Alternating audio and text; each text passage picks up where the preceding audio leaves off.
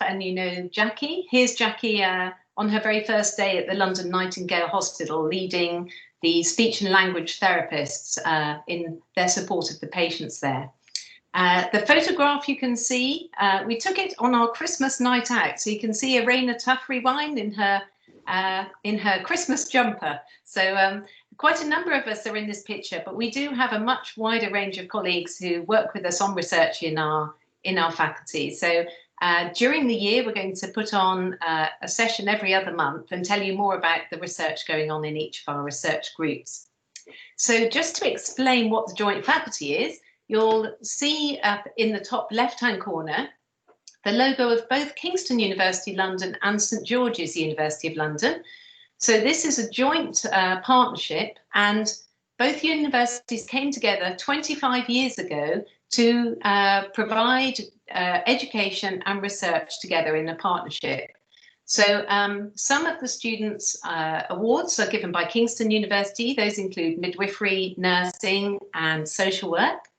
And some of the awards are given by St George's, such as paramedic science, occupational therapy, physiotherapy, and the 2 types of radiography. And together we're a stronger group because we can collaborate across on all our teaching and on our research. And we also work with researchers across Kingston University, which has a wide range of areas, including design, engineering, computer science, etc., as well as St George's, which, as many of the students on the call will be students of St George's, you'll know is the UK's specialist health university. And we also have many collaborations externally, both in the UK and internationally. So we're going to now move on to introducing our first research group lead. And just to say, we've grouped them into a pair, and then we'll have a question time. Then we'll have another pair of speakers and a question time, then our final speaker and a question time. And Andy's kindly going to close our event today. So we're expecting to finish at 6:15.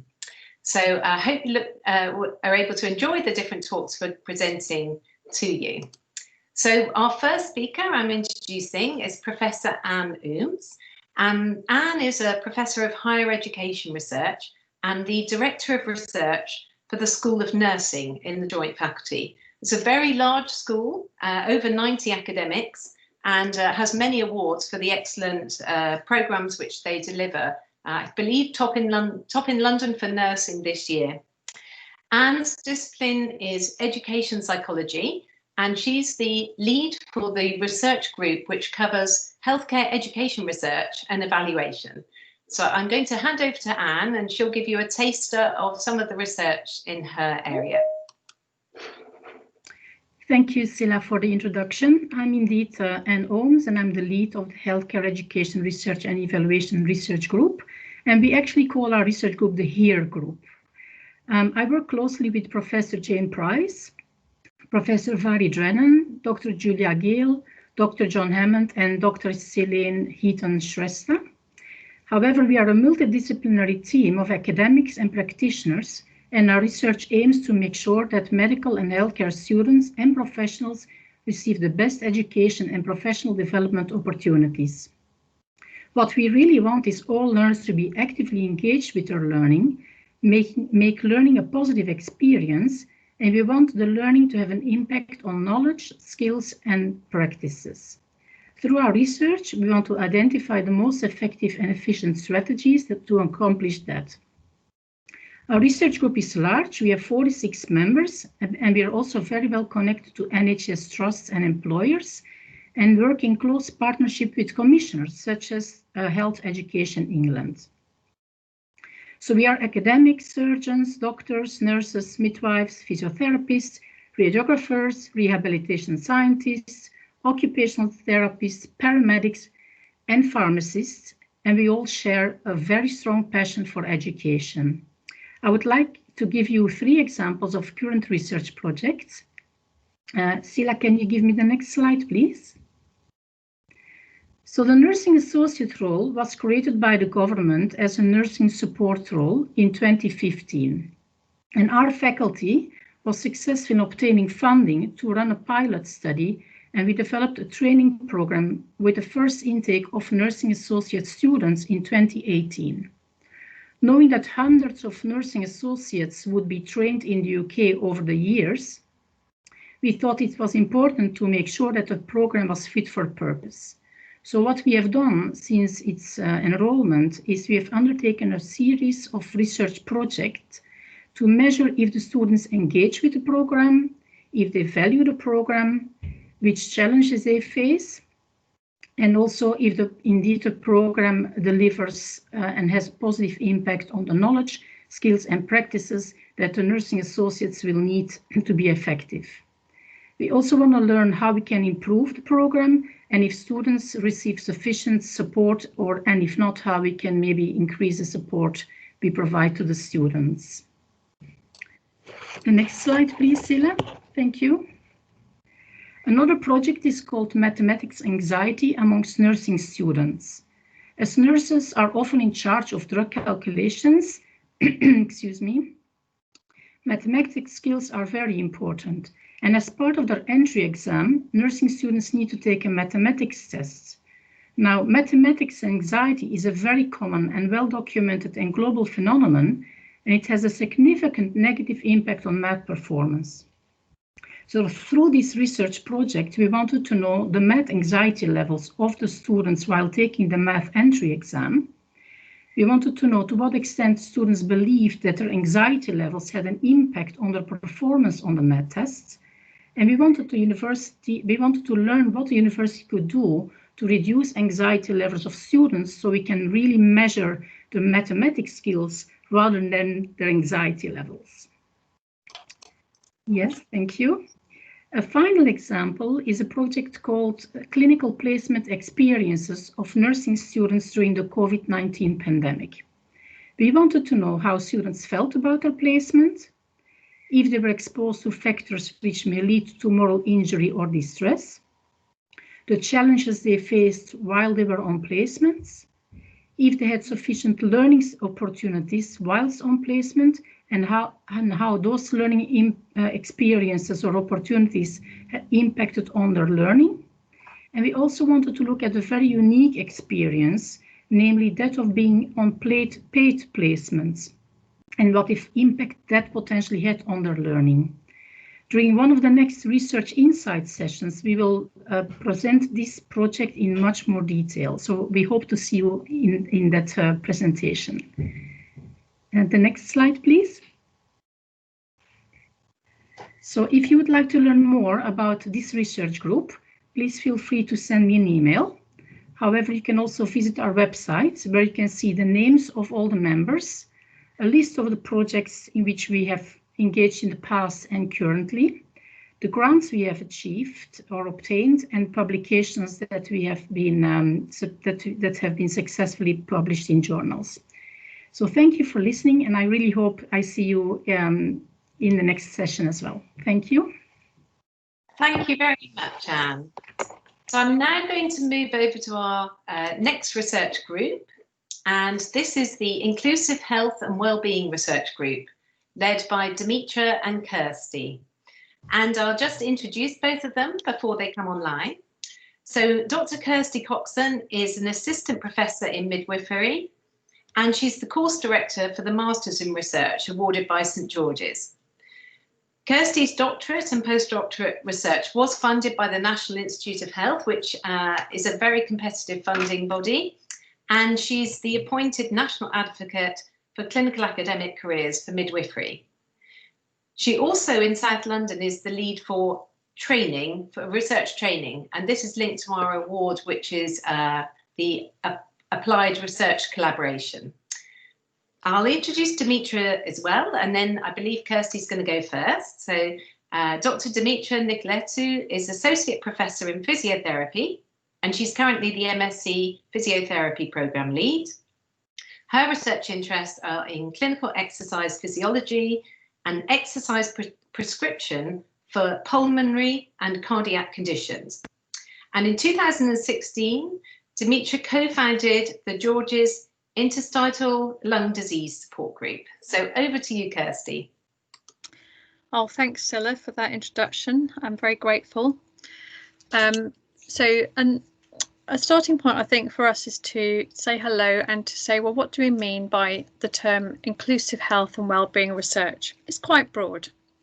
So our group originated from what we felt was a need to have a research group that focused on positive aspects of health and wellbeing within the context of disease or life transition changes.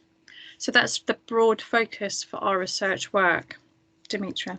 And there are, if you see, there are three main themes under our research group. The first theme is health inequalities. The second theme is rare and unusual conditions. And we look primarily at non-communicable rare and unusual conditions.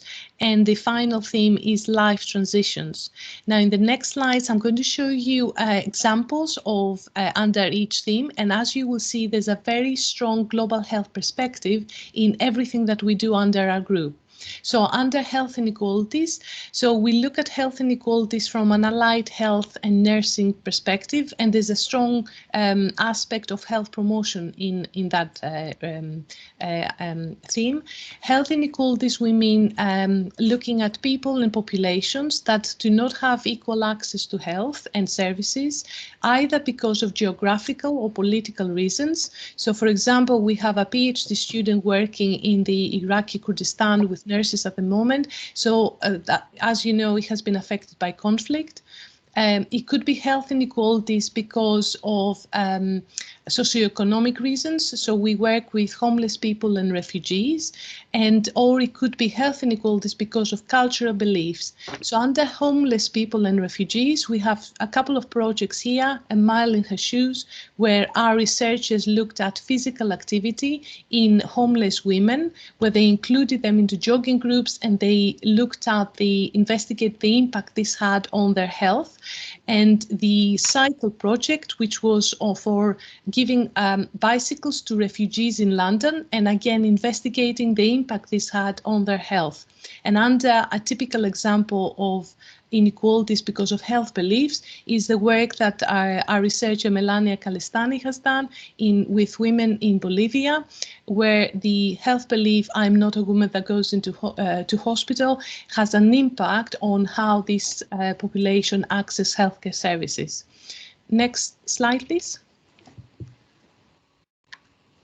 So the next theme is rare diseases.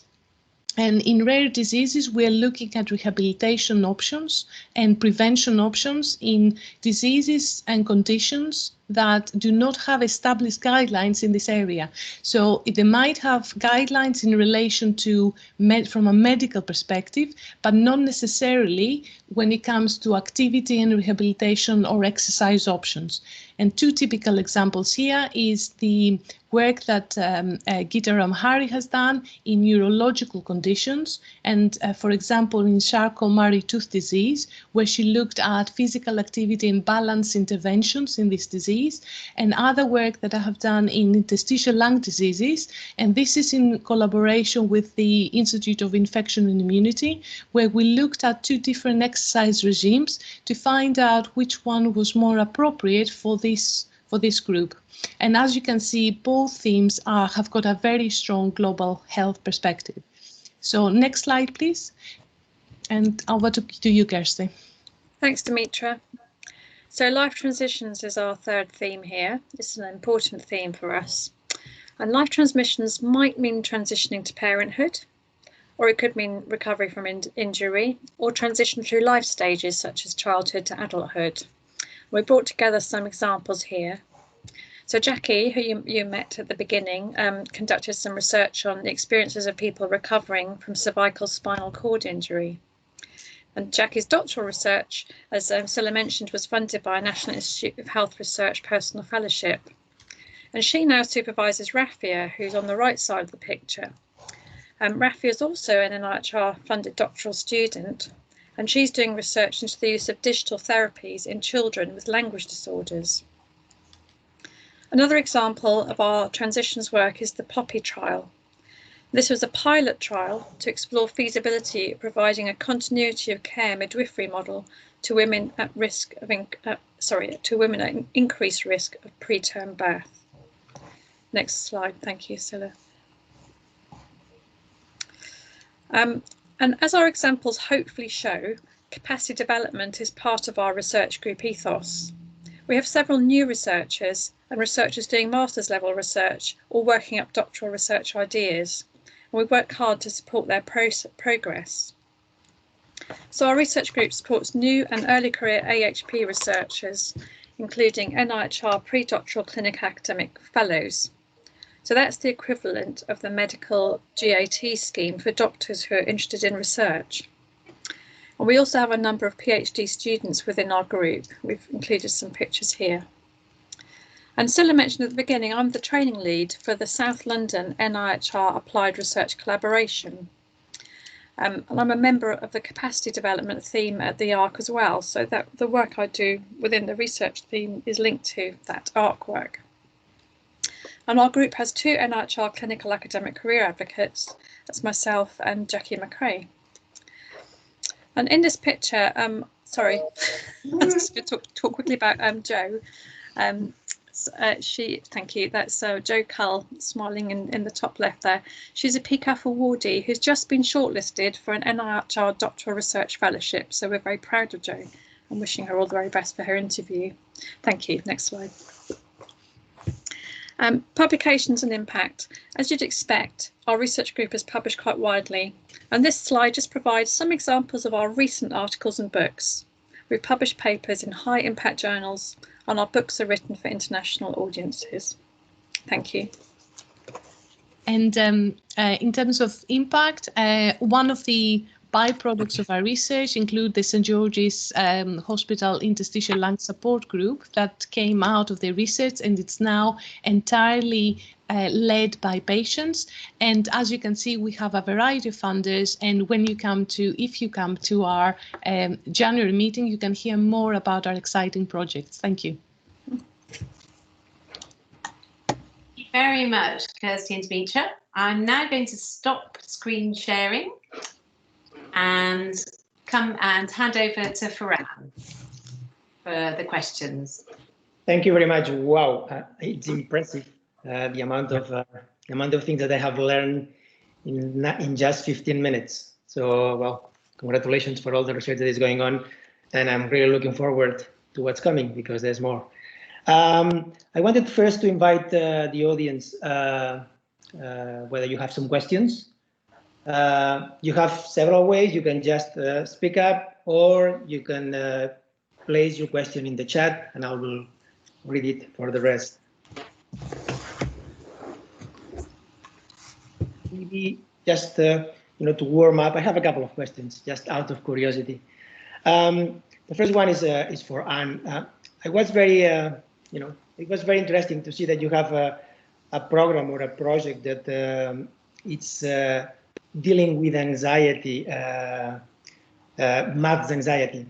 And I'm saying that because I think that that's something that it's not only, I mean, I'm sure that it's very relevant for your programs, but I see that, maths at, research level, at our research level, biomedical research level, it's also an issue. So I just was wondering, how translatable that study could be, and how much other programs like biomedical science could benefit from that. Are you open to that? Is that something that it's feasible, or I'm saying something completely silly here? No, I think math anxiety is one kind of anxiety, which is related, of course, to anything related to mathematics, and it can be from just paying a bill in a post office, or dealing with huge mathematical problems to solve in an exam situation. However, anxiety levels exist in many areas of our lives, and are mainly linked with often it's kind of a lack of a confidence in the skill more than knowing the skill. It's really the perception, and the perception has a huge impact as physiological impacts on the body, like people start sweating, shaking, or they have memory loss, etc. But it also has, of course, an impact when people are confronted with performing a task. So I can imagine for medical students, the first time they do a live surgery, I think they're probably very anxious as well. And so I think there are many methods that are based on psychology, which can reduce anxiety levels. And some have to do with meditation and confidence building, but some are also factors that you probably would not have think about. For instance, using the scent of lemon or lavender can have an impact on reducing anxiety levels. For instance, the music therapy can be helpful.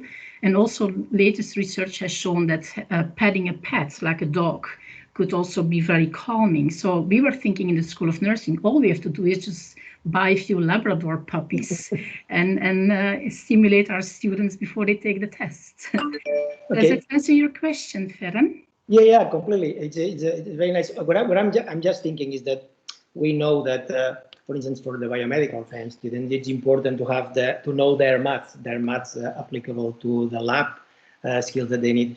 So it's good to know that if either we buy a couple of Labradors, as you say, or maybe we can probably invite you to one of our open forums and maybe give us some advice. I think that I would love that. I'm definitely happy to collaborate and give advice where I can. Thank you. Sure. Thank you very much. Thank you. I'm just not sure. I'm hoping that I can see the meeting chat. I see it, and at the moment there's no questions.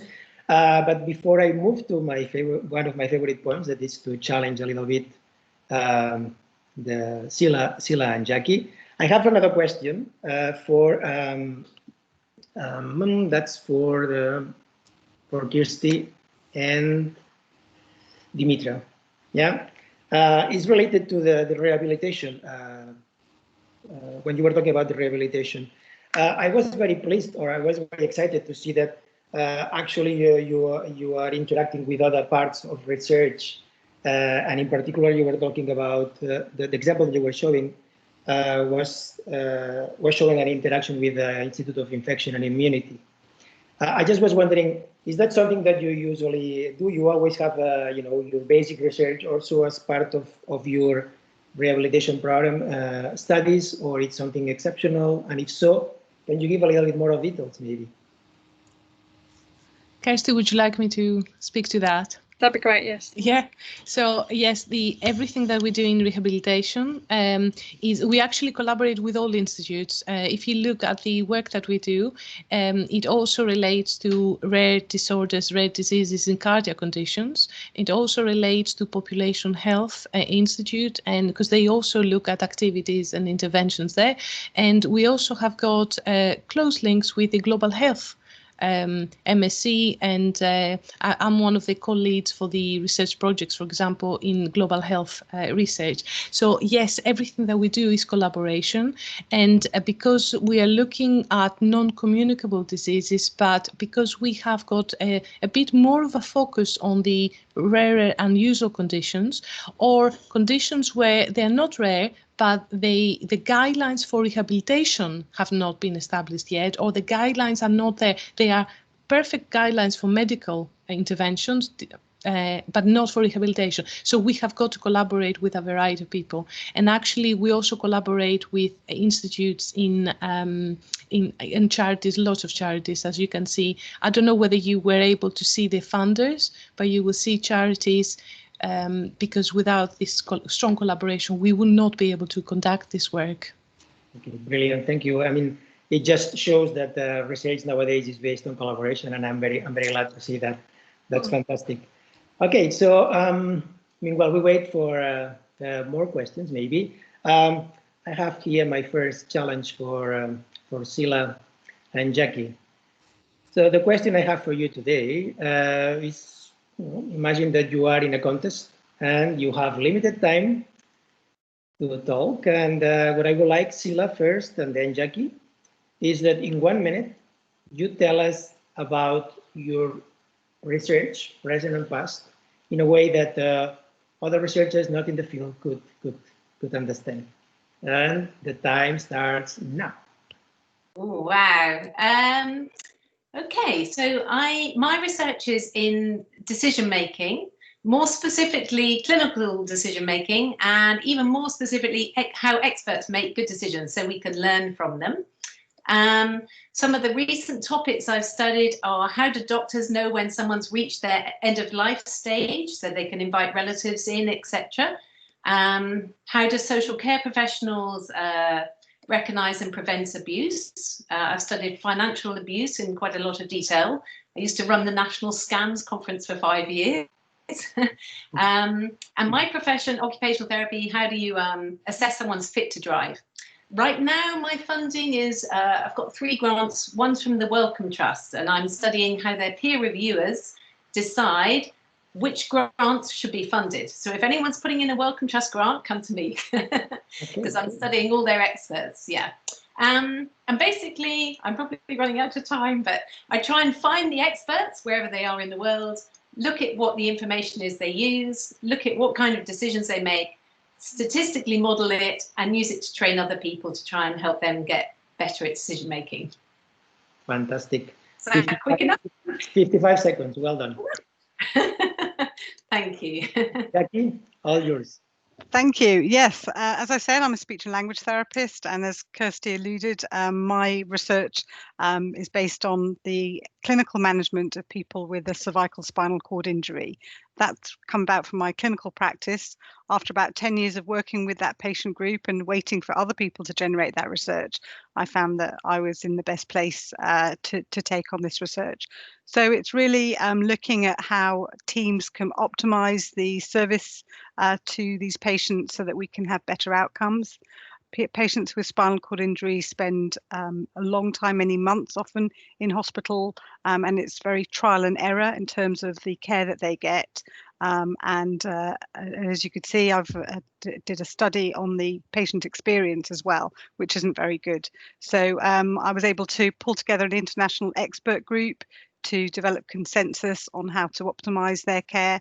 And in particular, my interest is in enabling people to be able to eat and talk again, as this is highly important for their life, quality of life aspects. So I'm building on that research, and I'm interested in a whole range of research looking in critical care and the role of allied health professionals in that environment. So fantastic. You were both well prepared for this challenge. Well done. Fantastic. I think that we should now move on. I believe that now, Jackie, you are going to introduce the next set of speakers. So all yours. Thank you. I'm just checking if Fiona's here, but I'm going to introduce both Professor Fiona Jones and Professor Annette Boas, who are professors in the Centre for Applied Health and Social Care Research and run the Implementation and Improvement Science Group. Professor Jones is a professor of rehabilitation research with a background and qualifications in physiotherapy, neurorehabilitation, and self-management research. She's led studies to evaluate self-management approaches within stroke teams in London and explore support for people with acquired brain injury and long-term neurological conditions. Fiona has founded the Bridges Self-Management as a social enterprise in 2013, and she enables co-production using co-production methods to share development of programs and methods with patients, caregivers, and clinical staff. In 2017, she received an MBE for her services to stroke rehab. And then briefly about Annette, Professor Annette Boas is a professor of healthcare research. Last year was named as one of 65 leading social scientists as a fellow of the Academy of Social Sciences. She has a background in both politics and social research, and her work integrates research, policy, and practice. And she now works as part of advising the government on how best to implement research in practice. She's co-edited a book entitled What Works Now, which describes evidence-informed policy and practice. And I'm going to hand over to Fiona, I hope. Thank you. Thanks very much, Jackie. That was an introduction. And good evening, colleagues. It's really good to hear the last couple of presentations. I really enjoyed them. So there's a picture there of myself and Annette. And I think that the picture that I'd like to draw your attention to is really the one which shows the leaf growing out of the soil, because I think that really epitomises what implementation and improvement science is about. If we have an evidence base that's one thing, that's good, but actually we need to know if it can be transplanted and it can grow and it can be sustained somewhere else.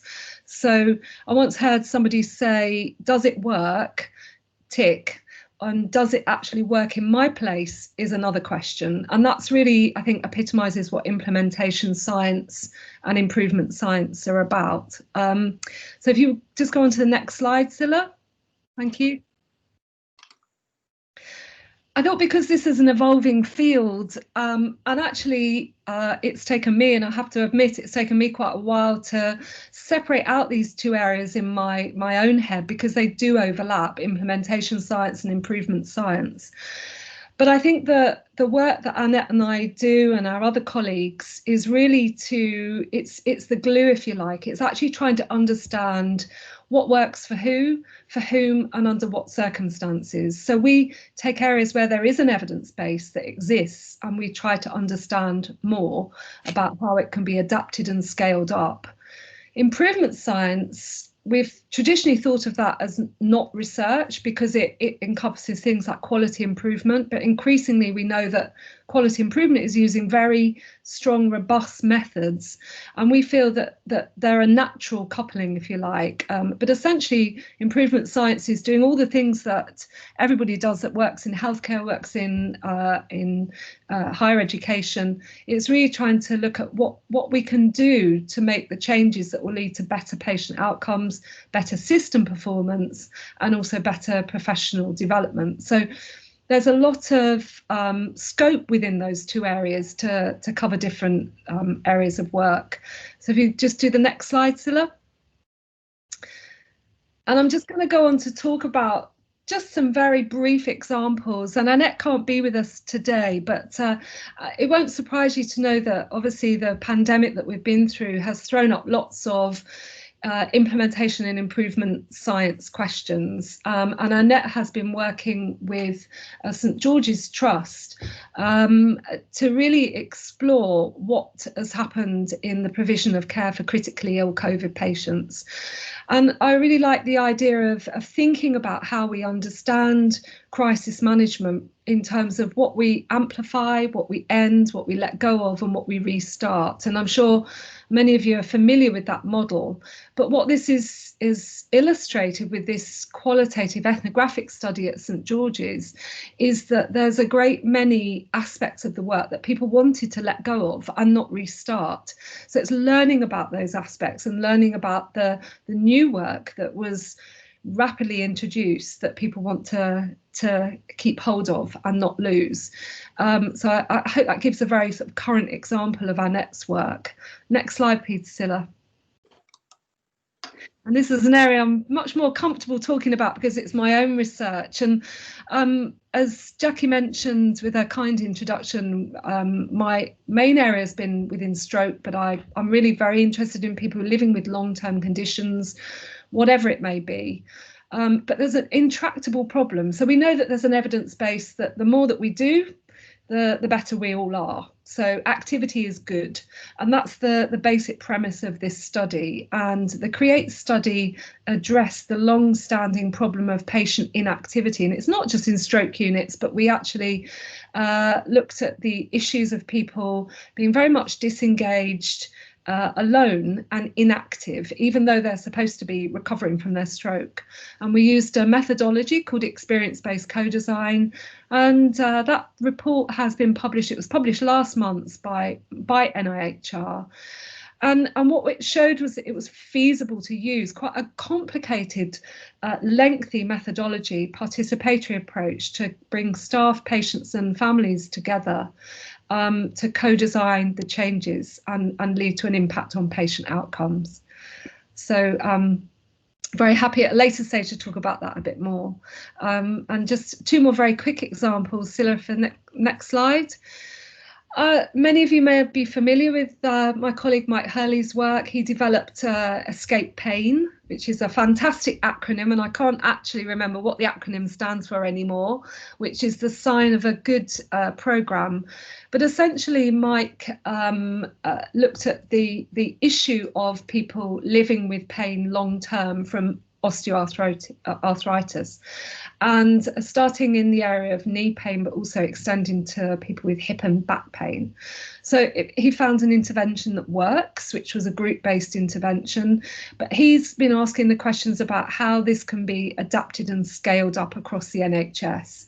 And this is really a remarkable success, because now it's being delivered as a programme across 294 NHS sites in the UK.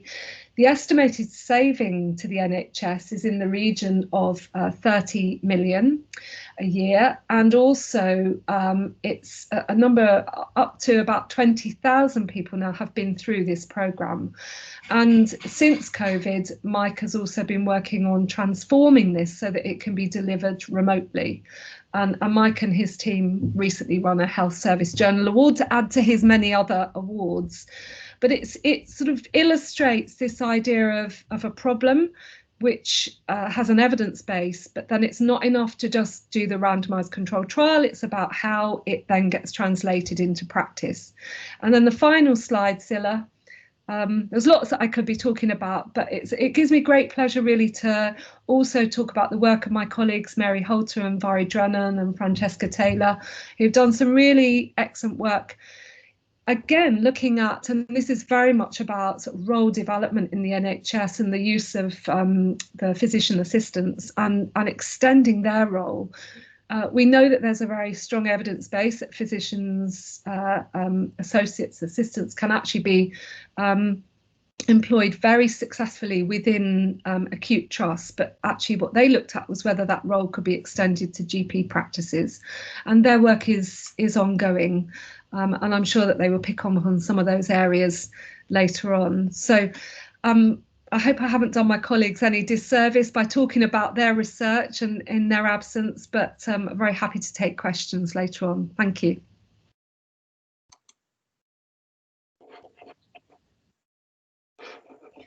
Right, it's now my pleasure to introduce Professor Tom Quinn, who has a background as a cardiac nurse with over 40 years experience, although he started his training as an orthopaedic nurse, and his career has taken him from NHS to central government, and he's been involved in a number of policy changes, and in fact was responsible for establishing defibrillators in public places. He was also spent 4 years in an ambulance service as a consultant cardiac nurse before developing for getting a post as a visiting professor at Coventry University, then a professorship at the University of Surrey. When he joined Kingston and St George's, he was Associate Dean for Health and Medical Strategy, and is now Professor of Cardiovascular Nursing and leads the Emergency Cardiovascular and Critical Care Research Group. And I shall let his presentation start. Quinn, I'm a cardiac nurse by background, and I work in the Emergency Cardiovascular and Critical Care Research Group, ECCR. So we're a multidisciplinary group, and we are so lucky that we are based in the middle of St George's Hospital, with a major trauma centre, with a fantastic emergency department, fantastic cardiology, and a whole range of other services that provide world-class care for some of the sickest patients around. That's me as a CCU nurse back in the day. And of course, we have the London Ambulance Service, and indeed all the ambulance services in the country that our group collaborate with on various projects. And we're lucky because in recent years, our team, our colleagues, our collaborators have benefited from funding from all these different organisations to help us to do research that really makes a difference to some of these very sick and very vulnerable patients. Some examples just of some of the recent publications we've had from our work from different members of the team, you'll see there, whether that's about what it's like to be the visitor of a loved one who's had major trauma, who's in the neuro ICU, around the ethics of doing research, particularly randomised trials in very, very sick patients who may not be able to give consent. The Paramedic 2 trial, which we did in collaboration with Warwick University and others, looking at the effects of adrenaline in cardiac arrest, looking at whether lay people are confident and willing to help when someone has a head injury in the community. exploring paramedics' knowledge around medicines, and a collaborative piece of work again that's going on about how to assess people with frailty who have major trauma. Just some of the examples, and obviously there's more we will talk about on another occasion. In this era of the COVID-19 pandemic, of course, researchers are turning our focus to trying to rapidly answer important questions, one of which I'm delighted that we're working with Swansea University on, around how ambulance services respond to 999 calls during the pandemic. And again, on the COVID theme, Johannes, who is a senior lecturer and one of our key people, a critical care nurse, has been working with the European Society for Intensive Care Medicine on a worldwide survey around this vexed issue you'll have heard about in the news about personal protective equipment for those on the front line. We are a collaborative group. We are very open to supporting students, both undergraduate and postgraduate, but of course PhD as well. And so you'll see in the middle picture there, one of our PhD students, John, who's a paramedic. We have another paramedic from Copenhagen doing a PhD with us. And you'll see some of the projects we presented recently. So that's just a taster of our group. Keep in touch, follow us on Twitter, and hopefully I'll be back to talk in more detail about our work another time. Thank you.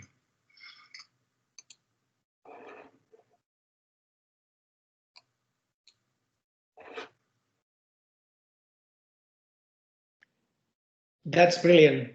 Sila, I don't know if I think that now it's my time, or you wanted to say something else to wrap it up? Yes, go for it, Fran. Take us through the questions. Okay, good. First of all, again, I just wanted to invite the audience. If you have questions for the second group of speakers, and just to warm you up, I mean, I have one again. Very impressive amount of work presented. I have one for Fiona, if you don't mind.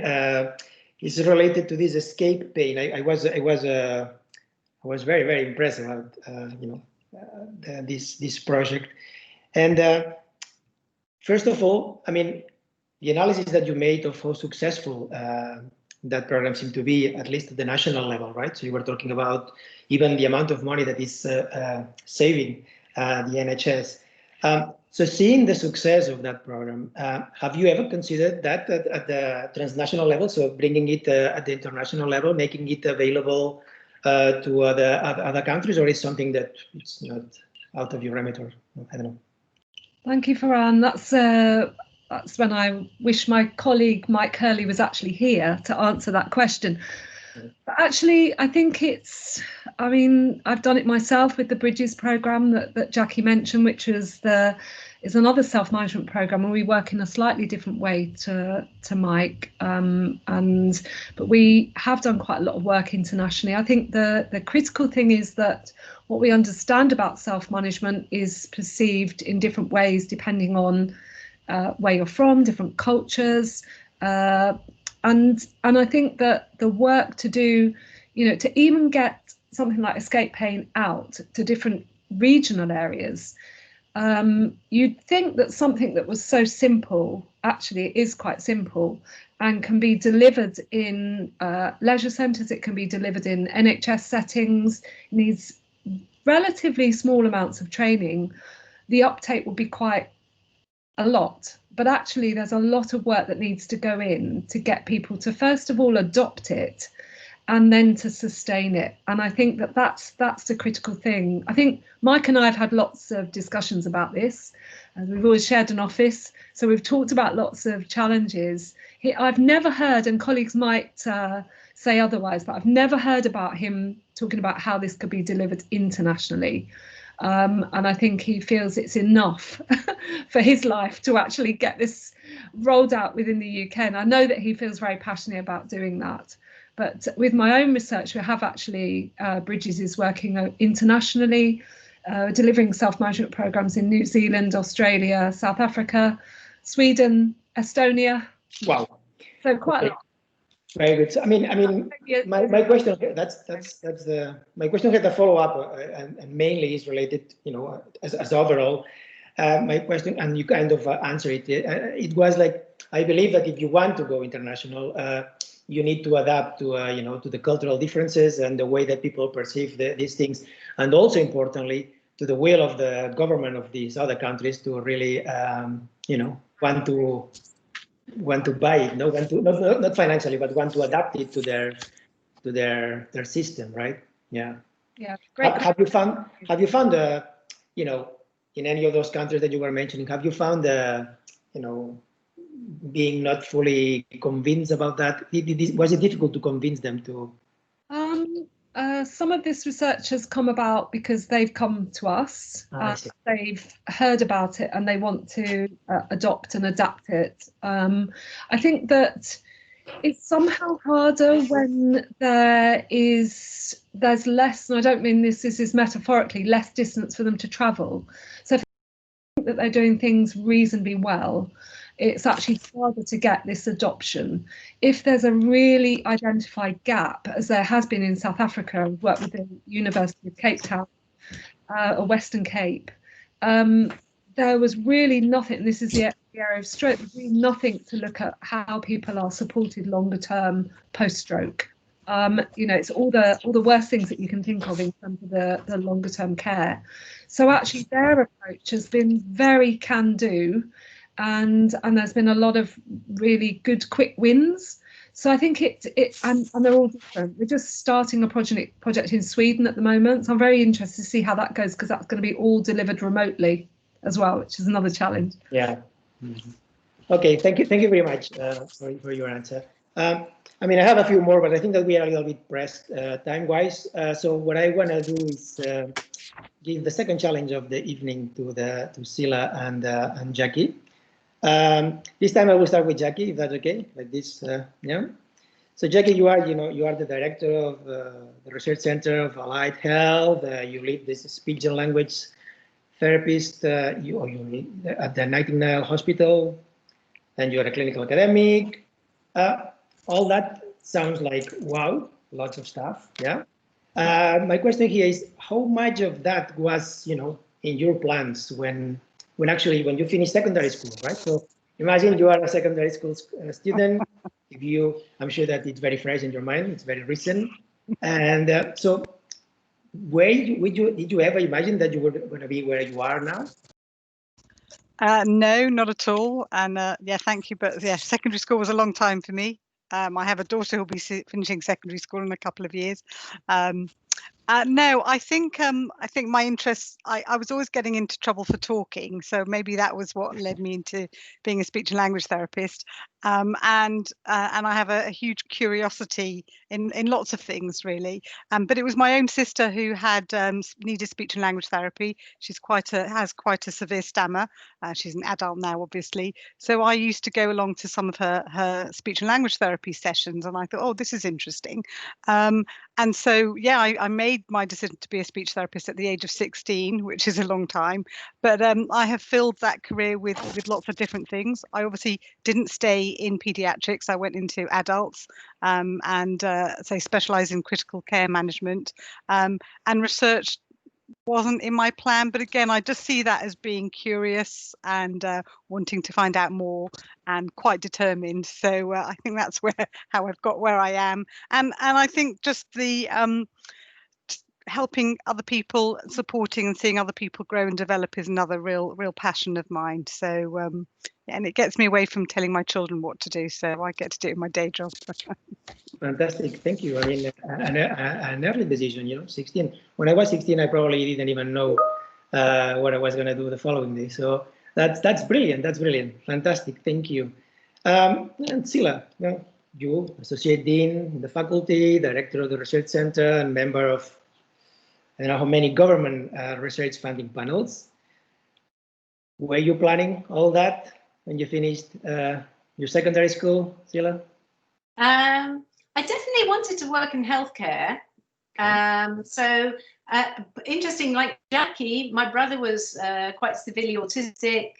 He used to headbang, didn't speak till he was 9. He had that savant ability, so we used to trek around the country for him to represent England at chess competitions. He used to learn every chess game in the room at the same time as playing his own. So on some ways it was quite exciting, but in other ways it was really pretty hard work at home.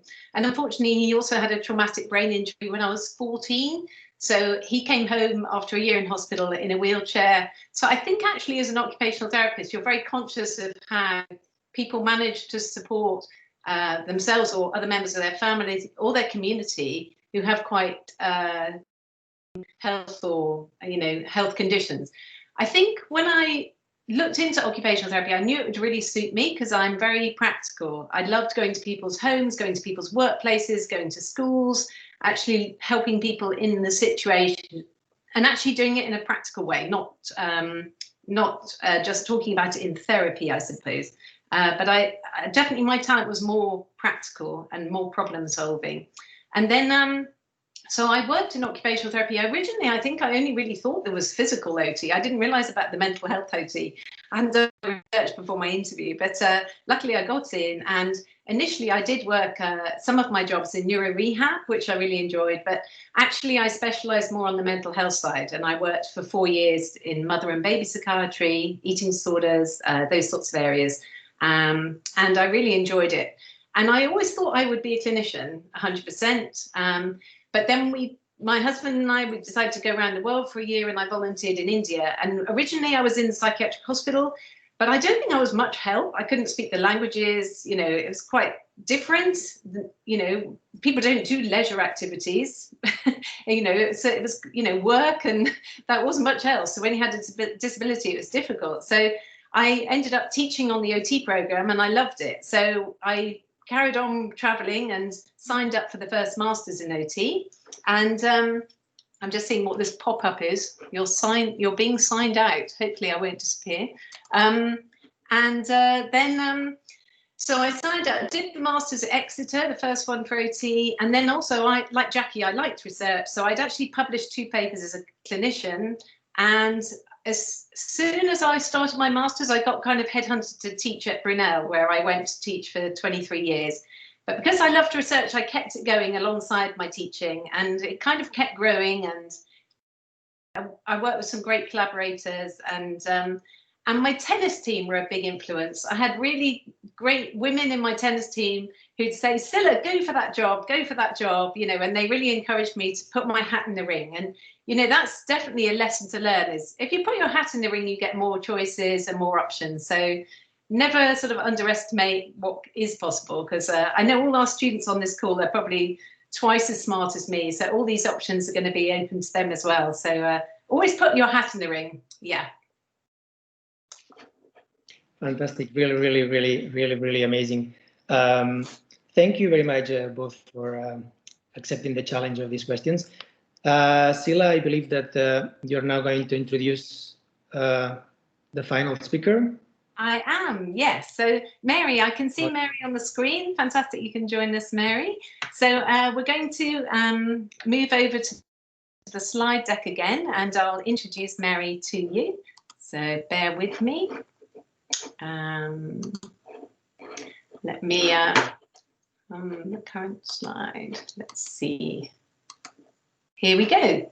So Mary is a professor of mental health nursing and also the director for the Centre for Public Engagement.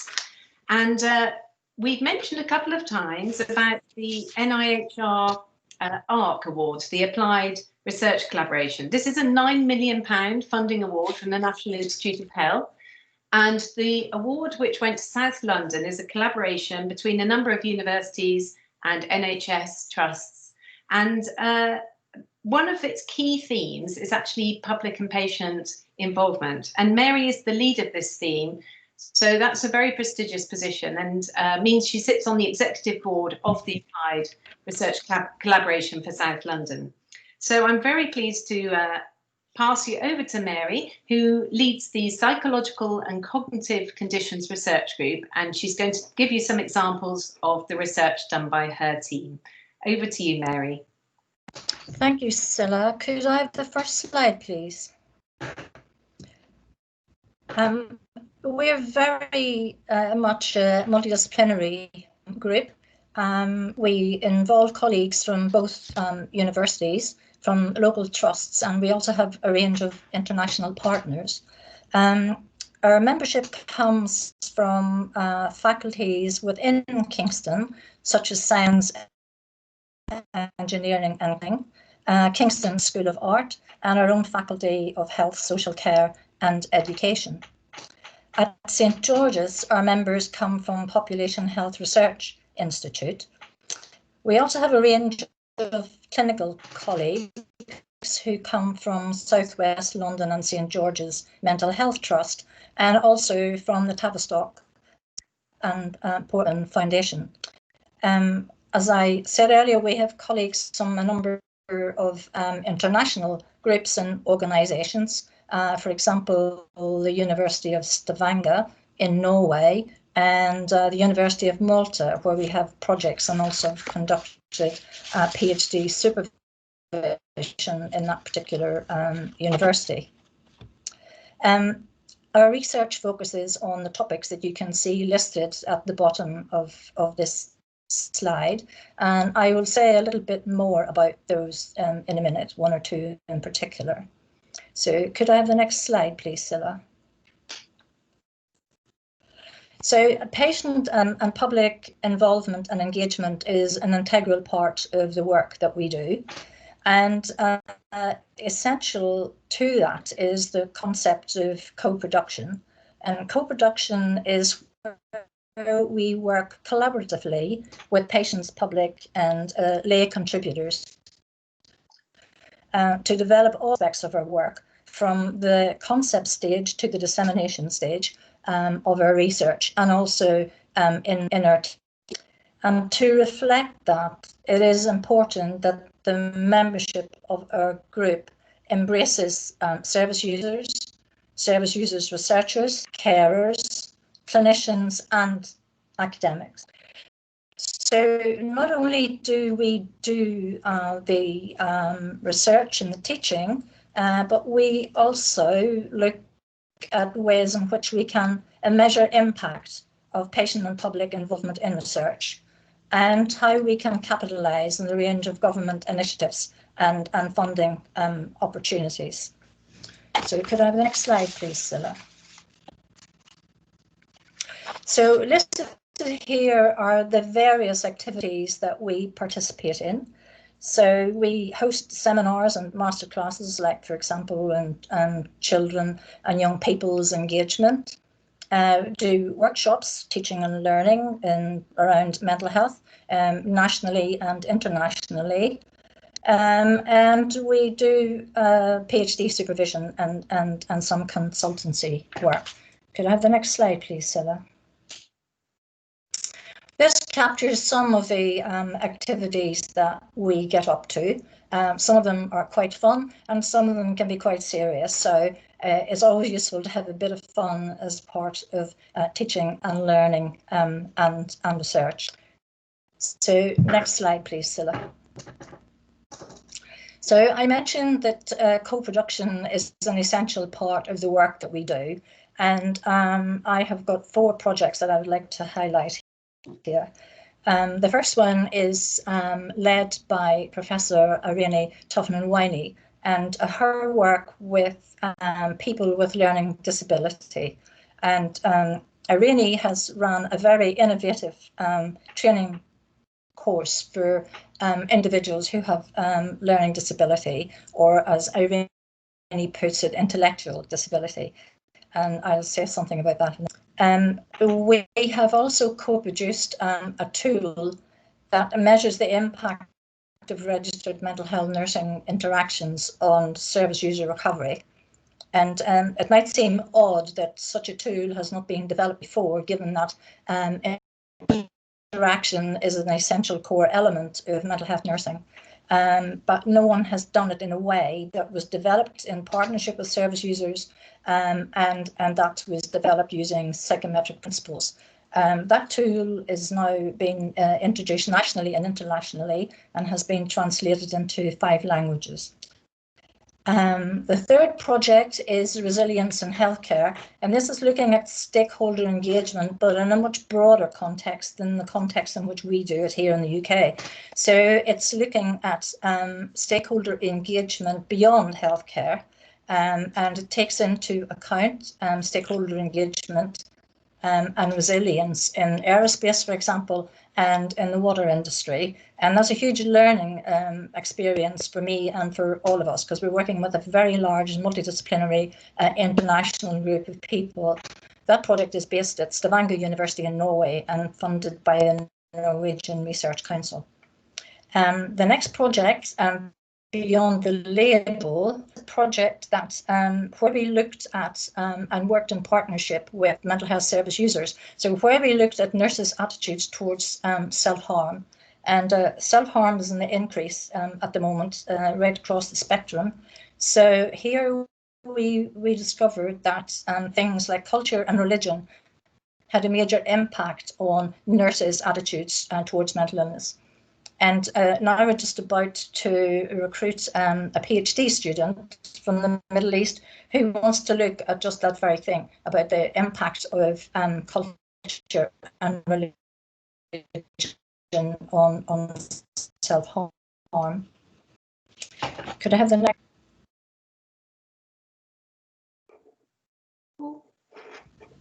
This slide captures Irene's research teaching course, which is absolutely brilliant, and it met people with learning disability to be researchers. And you might see some of that on Irene's YouTube channel, but the outcomes of that have been far-reaching, because it has led to people being recruited as service use researchers, and Irene has just got a major research project where she's going to do that. And the work that she does has actually influenced how people write lay summaries, for example, in research. So it has to be written in a way that people with learning disability can understand. And I would recommend that you view Irene's YouTube and hear what actually happened on that particular course. Is absolutely superb. So next slide, please, Silla. So if you want to contact either myself or Irene, here are our details. Thank you. Thank you very much, Mary. So I'm going to hand back to Fran in a moment. Perhaps, Mary, to just put yourself on mute. Thank you so much. So what we're planning to do is each of our leads is going to host an hour research insight session during the year. And that will be on each of the areas which they lead on, but they'll be bringing members of their research team to present different projects. And for some of the students, there'll be some of the academics teaching you, like Sam from the paramedic team, for example, or Dimitra, who teaches you on physiotherapy. So it's nice for you to see the other parts of their work and the contributions they make to supporting people to have improved healthcare. So I'm going to finish the slide screen sharing now and hand back to Farhan.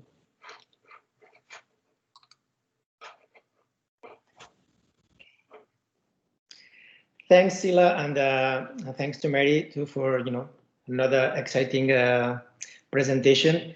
Again, I would like to ask the members of the audience if you have any questions. If not, I have one.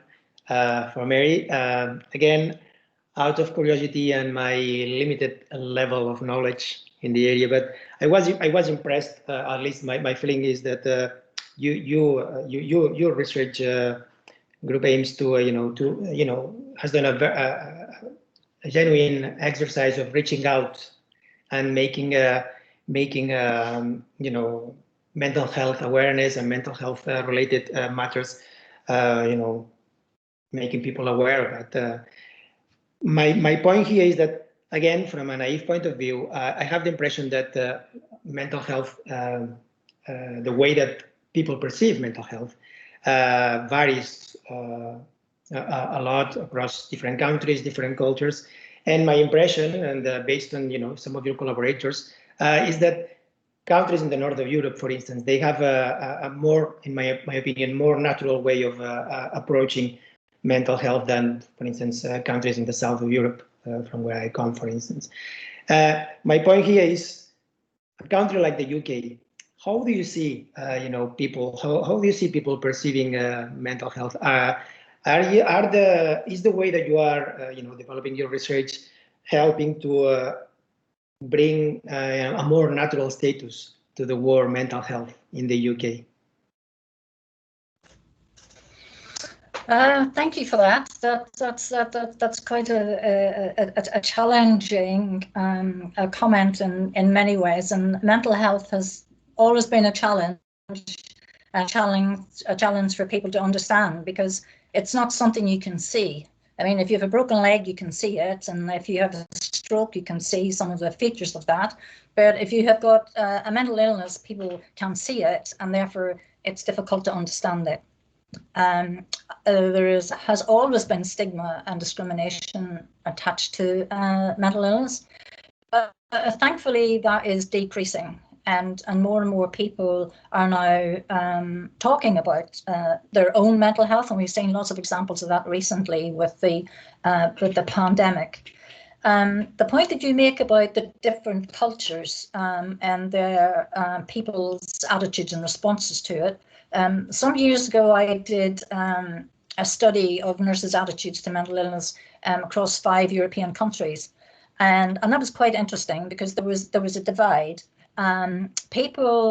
Irish nurses and Portuguese nurses were the most positive towards people with mental illness. Finnish nurses and Lithuanian nurses had a tendency to be more negative towards people with mental illness. Italian nurses and English nurses were some. So, and I mean, the nature of the care that's delivered in those countries and other countries also very much reflects people's cultures and attitudes to mental illness. So I am fairly confident in saying that attitudes are changing, but it will take a while before they have changed. And if you think about how people's attitudes and the language used to talk about people with cancer, for example, a few years ago, where I come from, people wouldn't say the word cancer. They would talk about the big C. But nowadays, people talk about cancer quite openly, and I hope there'll be a day when we can do the same. And a lot depends on us and how we educate our young people, how we go into schools and talk to children and young people about mental illness, and we normalise it. Thanks, Mary. Yeah, I'm sure that work from people like you and your groups are gonna clearly participate on that. Thank you very much. I think that if there are no more questions, what I'm going to suggest now is that I'm just going to move it. I'm just going to give Andy the opportunity to have some final remarks and close the session. So, Andy, over to you. Fran, thank you very much. Well, I will say a few words, if I may. First of all, one of the problems that's facing us at the moment in higher education and in research is the vertical nature of our interactions, where we can meet with students and have conversations about research and about their education. But what's missing, it seems, in the sector at the moment is the horizontal conversations amongst students themselves and the peer groups, thinking about research and thinking about their training. And I would just say to any students in this call who are interested in research, there are some very good student research groups that have been set up at St George's that if you aren't a member, you might consider joining, so that you can have those lateral conversations and perhaps invite guest speakers to come and talk to you. And if you are a student and you find that there isn't a research group, a student research group that's focused on something that you're interested in, you might think about setting one up and inviting fellow students to join. If you are interested in research, then obviously you will, like me, have enjoyed this evening's session very much. And obviously we've had a very quick Cook's tour, a gallop through quite a wide range of disparate research studies, but each in their own way has been very powerfully impactful on the lives of everyday people. And so I'm looking forward to with great pleasure joining those specialist sessions where we'll learn more in depth about the individual researchers and their projects as we go forward. I know you want to join with me in thanking all of our presenters today, and I know we can't clap online altogether. We'll probably rupture our headphones, but fantastic. Thank you to everyone who's presented. I'm certainly looking forward to the individual sessions and the next session of Research Insights. So without any more ado, I will thank you all, and in particular, Jackie, Scilla and Ferran for giving us such a lovely evening, and look forward to seeing you again. Thank you very much, everybody. Thanks, Andy. And may I ask people, we did that last week. If you all unmute for a second, we can give it a go to the applause. So can you unmute? Yeah? And then we have applause. Thank you very much. Well, thanks, Andy. Thanks, Scilla, Jackie, and the rest of the group for the presentations. Very good. Thank you very much. And there's another one next week, I believe, or in 2 weeks' time, definitely. Yeah. Keep an eye on the Making Connections site in St. George's website, students, and you know that you can either join directly through the Microsoft Teams link, or you can register in advance. You only need to put your name, your surname, and whether you are staff or student, and that's all. Thank you all, and see you all soon. Bye now. Bye. Bye-bye. Bye. Thank you. Bye-bye.